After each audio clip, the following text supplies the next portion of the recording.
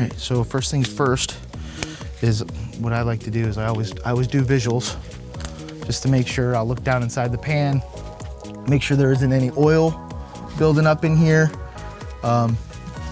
Just make sure it's not there's no water in the pockets or salt buildup, to try to find if there's anything going on.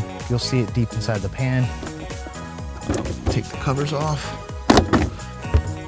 Tabs, everything looks nice and clean here. And then I always lift this up just a little bit. Take a visual of the belts. Belts look good.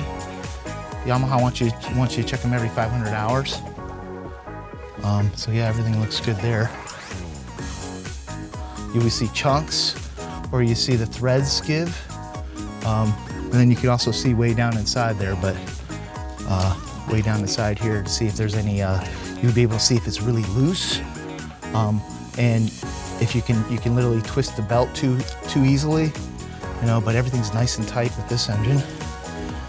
And then we'll move on to this one. Again, everything looks nice and clean and dry, no oils. Sometimes you would see oil underneath the cams from the cam seals. So that's something that you always want to visually see, but everything looks really good here. Belts looks good on this side too. Nothing's loose.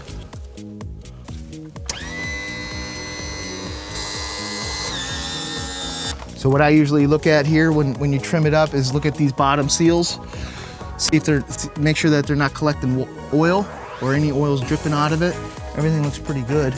Nothing's rusting. Those anodes will need to be changed. And this anode need to be changed too. It's pretty crusty, so. And I'll spin the prop, make sure that dowel in the center of the prop shaft is not wobbling if you look straight on it and spin it.